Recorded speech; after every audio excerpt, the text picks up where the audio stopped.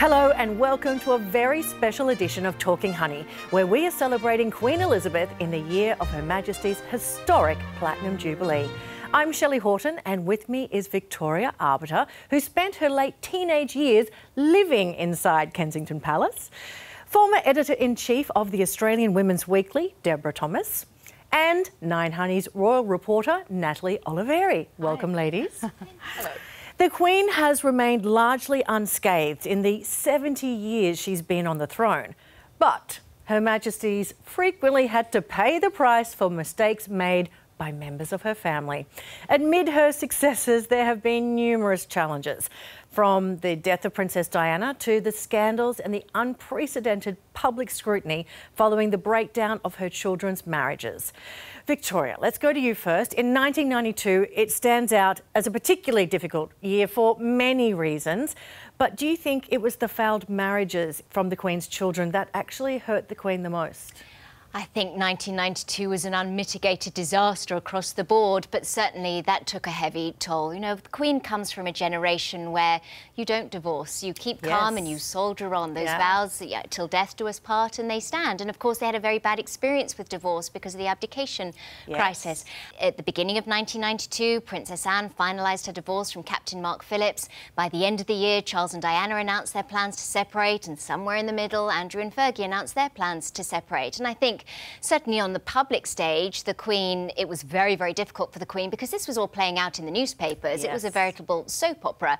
But of course, as the matriarch of the family, you want your children to experience happy marriages too. Particularly, the Queen was coming from a background where her parents were very happily married. She was very happily married. So I think all of that combined was a lot, and it kind of set the tone for 1992.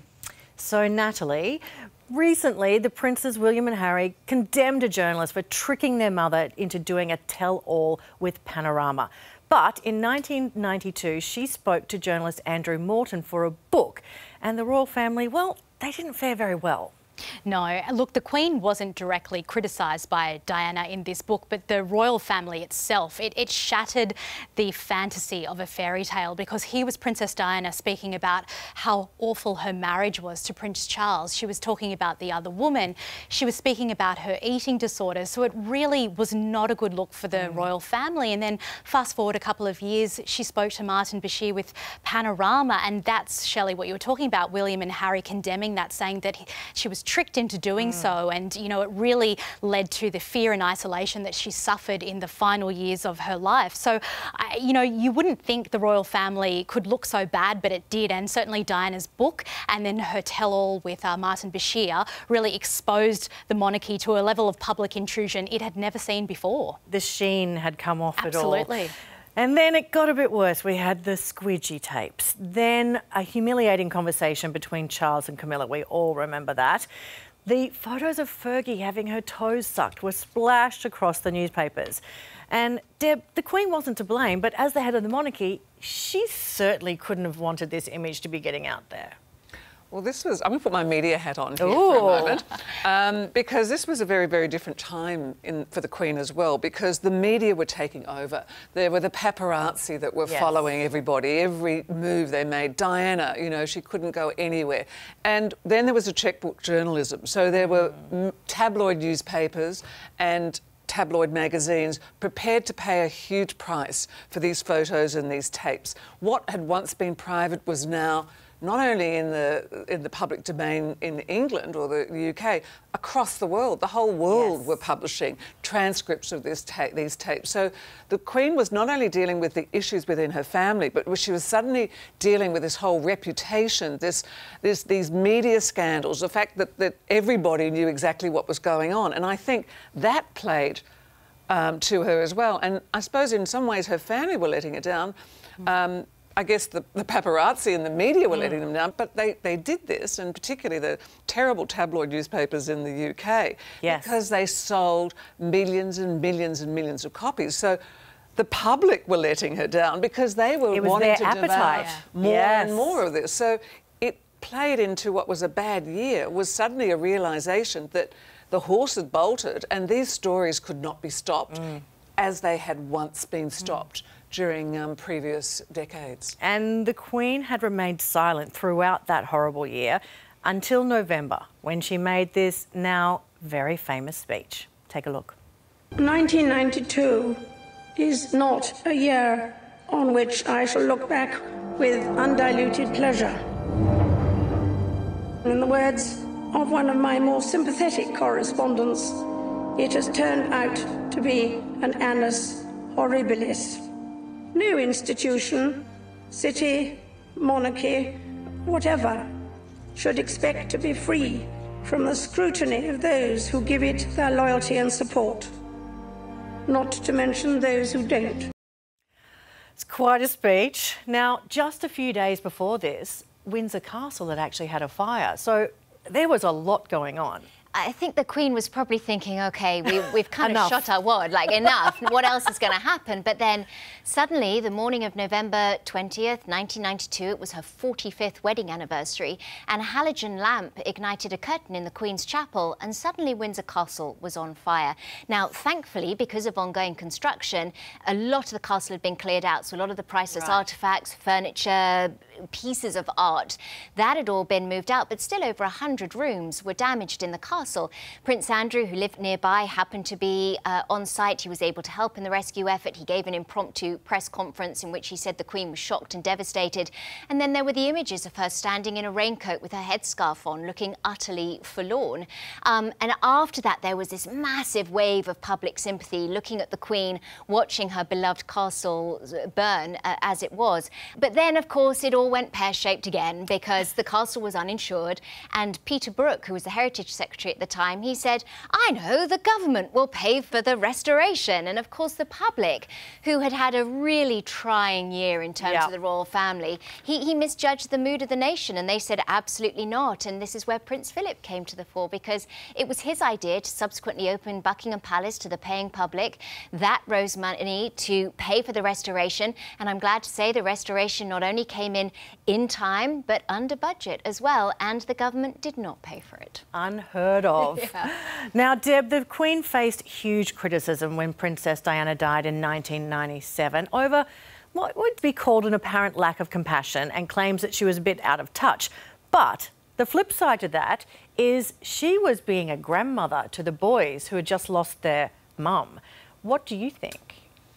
I think that apparent lack of compassion was what I call a public face of apparent lack of compassion. I'm sure that there was much compassion within the family. She would have felt for her grandsons, who she adored, and knowing that they had lost their mother, and I think she would have been very conscious of what that meant. It was one of those times where I think the Queen didn't quite know what to do. I mean, she's a human being. And she's in this sort of situation. She misread, I think, the public's anguish and sorrow over the death of Diana, and I think she corrected it later on. Of course, we all saw the funeral where Philip and Charles and the boys walked behind Diana's coffin, but it was a misjudgment, and who's not to have made one of those in terms of how to behave publicly? Sorry, and I was just going to say, they were also very conscious of never really sort of making public statements about a private life, and I think she misjudged it to think this was a private matter, not a public matter, but the public, with all of the flowers and all of the things that were going on, they needed her to step forward. She was a bit late. And that's what led to this speech. So she returned to London the day before Diana's funeral. That would hopefully change some of the public sentiment with what she said here. So what I say to you now, as your Queen and as a grandmother, I say from my heart. First, I want to pay tribute to Diana myself. She was an exceptional and gifted human being. In good times and bad, she never lost her capacity to smile and laugh, nor to inspire others with her warmth and kindness. I admired and respected her for her energy and commitment to others, and especially for her devotion to her two boys. We all needed that speech. We really did.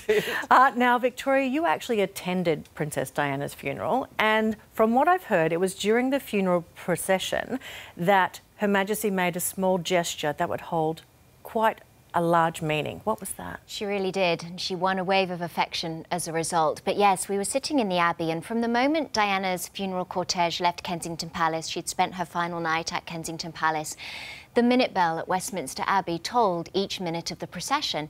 And sitting in the Abbey, it was a very foreboding sound because it was just silent, other than this bell every minute.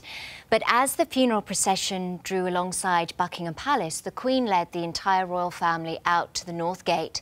And as the cortege drew level and passed, she bowed her head out of respect to Diana. Now, this is the woman who does not bow before anybody, but it showed a tremendous amount of humility, it showed a tremendous amount of grace.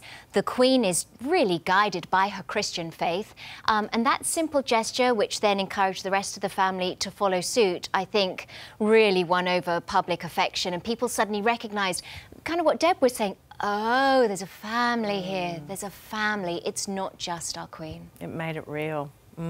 Deb, let's move on to some more recent times and troubles, and we're talking about Prince Andrew, of course. Now, he's had the long-running legal battle making a financial settlement with a woman who accused him of sexual abuse. So how do you think this scandal has reflected on the Queen? Where do you start? I think it's reflected negatively on the royal family. I think there's a questioning again around the royal family, around their place, particularly in Australia. Do we want a family that's as troubled as this? But I think first and foremost with Andrew, we talk about his arrogance and the fact that he, I think, thinks this is over. For the Queen, she's now in her 90s. It's probably something that she wants to move past and forget and hope that her son potentially comes back from this. I don't think he will. But I don't think it's reflected badly on her to the point it has on the entire royal family. Natalie, let's talk about Harry and Meghan. OK, with them stepping back from their roles as senior royals, there was a lot of impact from that. What do you think the impact was on the Queen? Well, I think it's the last thing the Queen needs, right? I mean, Prince Harry is her grandson, and by all accounts, even Prince Harry's words recently, they have a very special relationship. Harry said just the other day that he can tell the Queen things that he can't tell anyone else. So I think for him to decide to leave his place as a senior working royal, especially when he just married Meghan Markle, now the Duchess of Sussex, they had such promise ahead of them. They could have done so much good. Meghan really was a breath of fresh air, bringing such a different perspective to the royal family. And then, you know, barely a year later, after their wedding, they decided to step back because public life was just too much for them. So they decided to move to America and take on a different form of public life. You know, Harry's decision really did upset the Queen, I think, but then she wanted to do everything she could to make him happy because she loves him and he really does love her. So, but look, since then, we've seen him speak to Oprah, we've seen him speak to American television recently. So he has been very critical of the Queen's, I guess, institution, that is the monarchy, not the Queen herself. He's been very critical of his dad and his brother. But look, none of this is going to sit well with the Queen, surely, even if she does love him. I think it's very sad, especially when she's so old. Absolutely. Victoria, I'd love to get your take on this. What do you think about Meghan and Harry just stepping back? Look, I think the Queen, ultimately, she wants her family to be happy. And if it's not for you, then she's going to try and do everything she can to make you happy. And I think she was in an unenviable position because she had to find a solution that was going to satisfy Harry and Meghan and give them the life that they wanted. At the same time, she had to maintain the integrity of the institution of monarchy. That's why there was the big kerfuffle around the use of the word royal. And she also had to find a solution that would be satisfactory to the British public. That is a very difficult trifecta to sort of sort out. But ultimately, Harry and Meghan left with her blessing. Now, unfortunately, there has been a lack of trust, I think, since. Yes. A lot has been said. But it's a bit like, sorry, this is going to sound like a bit of a weird analogy, but it's a bit like an alcoholic, in order to get better, has to want to seek help.